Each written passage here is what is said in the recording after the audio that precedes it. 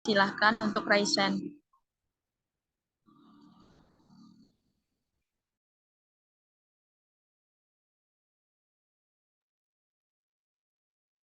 Baik, jika tidak ada, kita lanjut ke sesi selanjutnya, yaitu sesi tanya-jawab. Kepada teman-teman yang sudah mengajukan pertanyaan, disilahkan untuk mengajukan pertanyaannya di Zoom ini. Silahkan untuk Raisen. Izin moderator. Baik, silakan kepada Viola. Baik, terima kasih.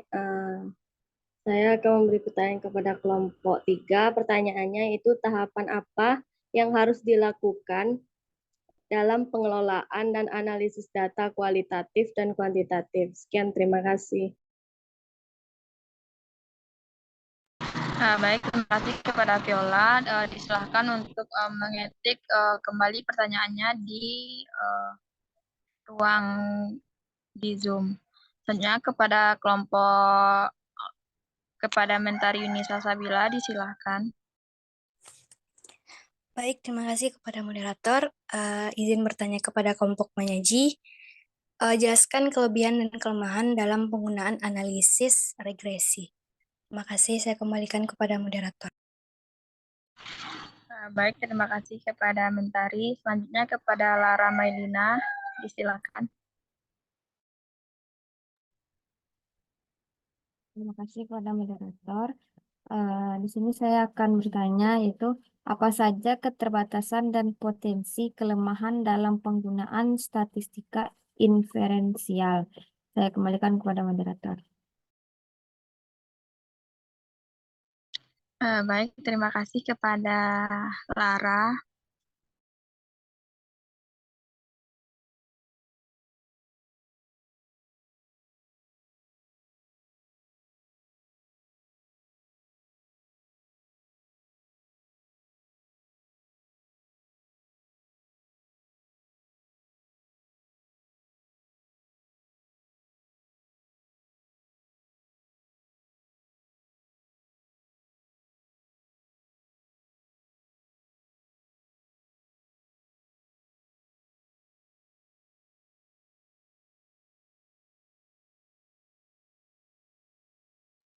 Baik, pertanyaan Mentari yang akan dijawab oleh Belgia Fatina Cila. Kepada Egy, disilahkan. Baik, terima kasih kepada moderator. Saya akan menjawab pertanyaan dari Mentari Yunisa Sabila, di mana pertanyaannya yaitu jelaskan kelebihan dan kelemahan dalam penggunaan analisis regresi. Kelebihannya yaitu yang pertama, analisis regresi dapat digunakan untuk membuat prediksi tentang nilai variabel dependen berdasarkan nilai variabel independen, di mana ini sangat berguna dalam berbagai bidang seperti bidang ekonomi, bisnis, atau ilmu sosial. Yang kedua ada regresi membantu dalam mengidentifikasi dan mengukur kekuatan serta arah hubungan antara variabel, di mana ini dapat membantu dalam memahami seberapa kuat pengaruh variabel independen dengan variabel dependen. Yang ketiga yaitu model regresi sederhana seperti regresi linier, mudah dipahami dan diterapkan. Meskipun sederhana, model ini sering memberi hasil yang cukup baik untuk banyak aplikasi yang praktis. Soalnya yaitu analisis regresi dapat menangani lebih dari satu variabel independen secara bersamaan, di mana ini memungkinkan peneliti untuk menguji efek simultan dari beberapa faktor. Kelemahannya dari analisis regresi yaitu yang pertama, model regresi seringkali mengandalkan beberapa asumsi yang bisa terlalu restriktif seperti linearitas, homokedatisitas atau varians yang konstan, dan independensi error, di mana pelanggaran terhadap asumsi ini bisa mengakibatkan hasil yang bias atau tidak valid. Misalnya yaitu analisis regresi bisa sangat dipengaruhi oleh outlier atau data yang tidak biasa, di mana ini dapat mengubah hasil secara signifikan. Dan yang terakhir yaitu dalam model yang kompleks dengan banyak variabel independen, ada risiko overfitting di mana model terlalu sesuai dengan data sampel dan tidak dapat digenerasikan ke data lain. Sekian jawaban dari saya kembalikan kepada moderator. Baik, terima kasih kepada Egi. Selanjutnya itu saya akan menambahkan jawaban atas pertanyaan Mentari, di mana pertanyaannya jelaskan kelebihan dan kelemahan dalam penggunaan analisis regresi. Yang pertama itu kemudahannya itu mudah untuk digunakan, di mana salah satu kelebihannya adalah metode ini cukup simpel dan mudah dipahami, namun tetap menghasilkan insight yang powerful. Nah, selanjutnya itu menentukan kekuatan prediktor, di mana analisis regresi dapat mengidentifikasi sekuat apa pengaruh yang diberikan oleh variabel prediktor atau variabel independen terhadap variabel lainnya atau variabel dependen. Nah, selanjutnya itu dapat memprediksi dari masa yang akan datang, di mana kelebihan ini dari metode ini itu dapat memprediksi nilai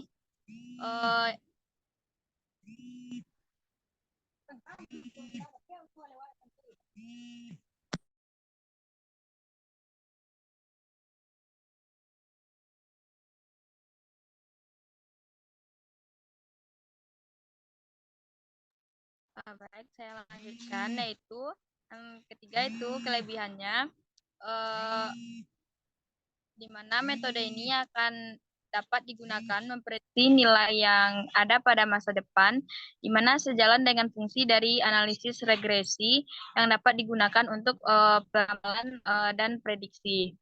Nah, kekurangannya yaitu di sini kekurangan yang paling mencolok adalah karena hasil ramalan dari analisis regresi ini merupakan nilai estimasi. Nah, sehingga kemungkinan untuk tidak sesuai dengan data aktual tetaplah ada.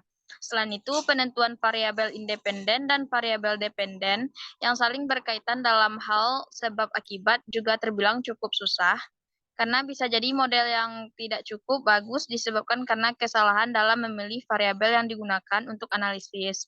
Nah, misalnya data gaji pegawai tidak berkaitan dengan tempat anaknya bersekolah, sehingga jika menggunakan variabel tersebut, model yang didapatkan tidak akan bagus. Sekian penambahan materi dari jawaban dari saya. Jika ada teman-teman forum yang ingin menambahkan jawaban atas pertanyaan Mentari, silakan untuk raise hand.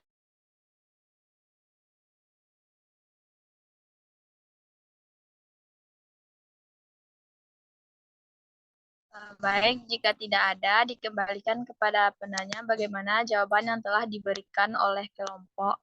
Apakah dapat dimengerti?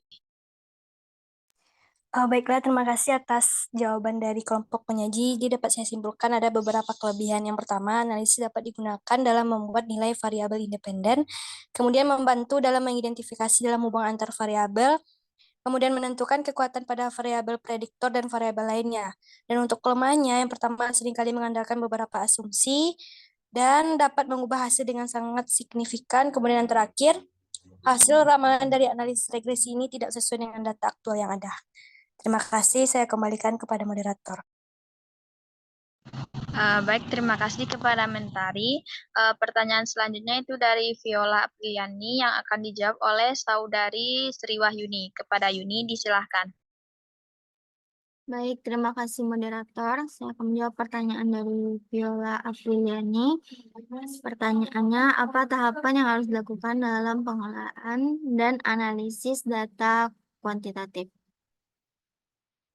Di mana tahapan pada pengolahan dan analisis data kuantitatif terdapat beberapa cara atau tahapan. Yang pertama yaitu editing, di mana pada tahap ini data yang telah dikumpulkan melalui kuesioner, observasi, ataupun eksperimen akan diperiksa kembali untuk memastikan kelengkapan, akurasi, dan konsistensinya.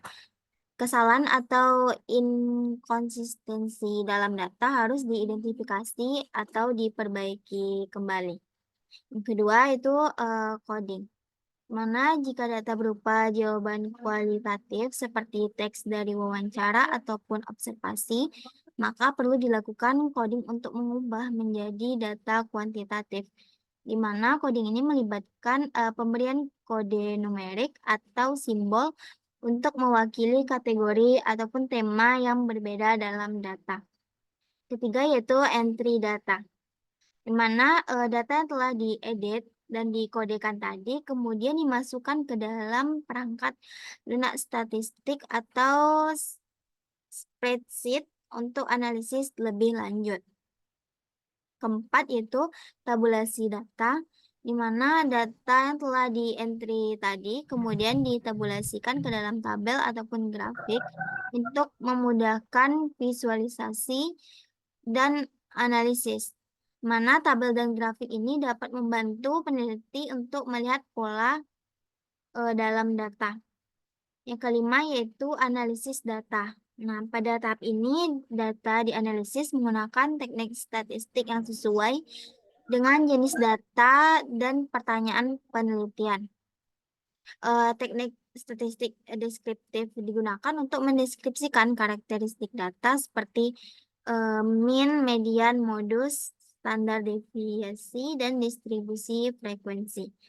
Yang keenam yaitu interpretasi hasil, mana hasil analisis data harus ditafsirkan dengan cermat dalam konteks penelitian, di mana peneliti harus mempertimbangkan asumsi statistik, ukuran sampelnya, dan keterbatasan lain dalam melakukan analisis. Dan yang ketujuh yaitu penyimpulan dan saran, di mana berdasarkan hasil analisis dan interpretasi, peneliti dapat menarik kesimpulan tentang penelitian dan memberikan saran untuk penelitian selanjutnya ataupun aplikasi praktis yang diberikan dari temuan penelitian. Sekian jawaban dari saya kembalikan ke moderator. Baik, terima kasih kepada Yuni. Selanjutnya kepada teman-teman forum, silakan menambahkan jawaban atas pertanyaan Viola.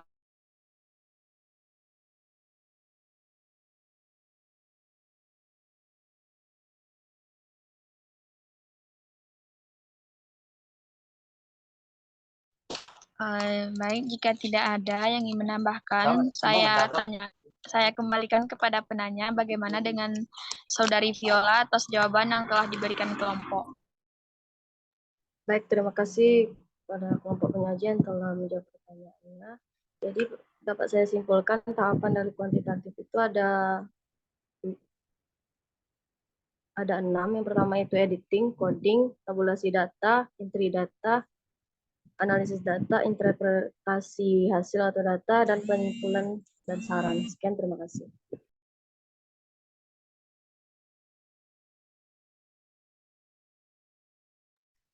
Baik, terima kasih Viola. Pertanyaan terakhir itu pertanyaan dari Lara Melina Sari yang akan dijawab oleh Saudari Zulia Veronica. Kepada Zulia, disilahkan. Baik, terima kasih moderator. Saya izin menjawab pertanyaan dari Saudari Lara Melina Sari, yaitu pertanyaannya, apa saja keterbatasan dan potensi kelemahan dalam penggunaan statistika inferensial?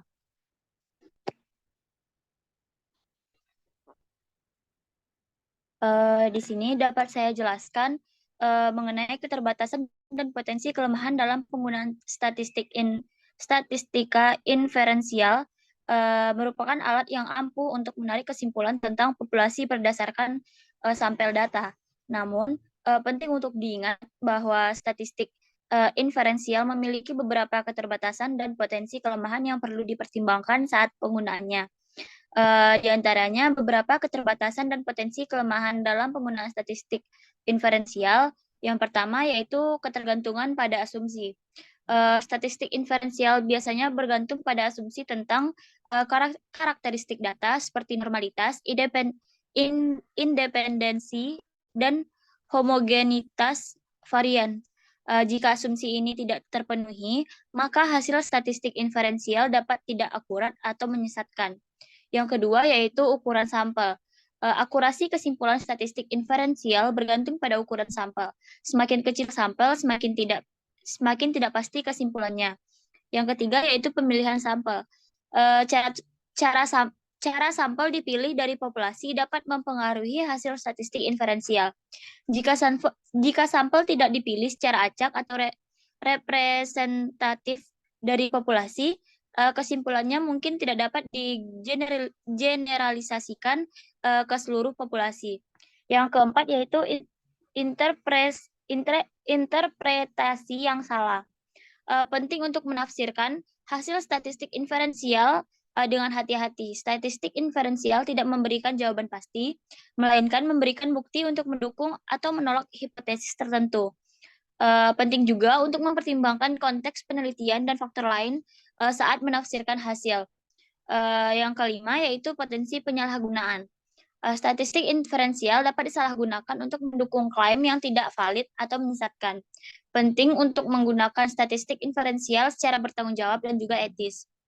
Kemudian yang terakhir, statistik inferensial dapat kompleks dan sulit dipahami, terutama bagi orang yang tidak memiliki latar belakang statistik.